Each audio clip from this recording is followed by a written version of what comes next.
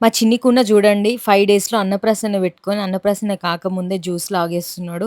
మేమైతే ఈరోజు కూకట్పల్లిలో ప్రమోషన్ ఉంటే అక్కడికొచ్చినాం. ఎదురుంగా చూస్తే జ్యూస్ పాయింట్ కనిపించింది. సరే పైనాపిల్ ట్రై చేద్దాం అనుకోని తీసుకున్నా. కాకపోతే అబ్బా! పైనాపిల్ అయితే ఎంత పుల్లగుందనిపించిందో. ఎందుకంటే షుగర్ తక్కువేసిండో లేదో తెలవదు గానీ, ఎందుకో నాకైతే పుల్లగా అనిపించింది. సరే అని ఫలుడా ఛీ! ఫలుడ్ ఫలుదా ఆర్డర్ ఇద్దాం అనుకున్నా. కాకపోతే ఇగ తర్వాత అక్కడ లస్సీ కనిపించింది. డ్రై ఫ్రూట్ లస్సీ ఒకటని, ఇంకా నార్మల్ లస్సీ ఒకటైతే తీసుకున్నా. ఇగ డ్రై ఫ్రూట్‌లో వాళ్ళైతే ఇగ చెర్రీస్ అన్నీ మిక్స్ జేషిండు మంచిగుంది.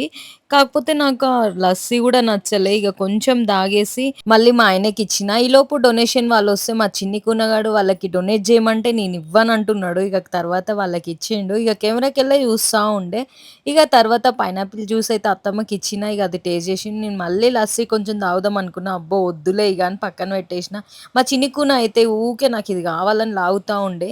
ఇగ సరే బిల్ పే చేసేసి ఇంటికైతే స్టార్ట్ అయ్యే టైంలో చూడుండి మళ్ళీ ఎట్లా గుంజుతున్నాడో మా ఆయన తాగుతుంటే. నాకు టూటీ ఫ్రూటీ అంటే చాలా ఇష్టము. మనం పపాయతో అయితే ఇంట్లో ట్రై చేయొచ్చు. కాకపోతే ఇగ అది ఇంట్లో ఎవరు ట్రై చేస్తారు. ఇప్పుడైతే ఇవి తీసుకెళ్దామని ఇంటికైతే స్టార్ట్ అయినాం. ఇంటికొచ్చేసరికి నైట్ అయింది. మా ఆయనైతే వచ్చేటప్పుడు మార్కెట్‌లో ఉసిరి పండ్లు తీసుకొచ్చిండు. అండ్ టూటీ ఫ్రూటీ అంటే ఎవరికిష్టమో కామెంట్ చేయండి.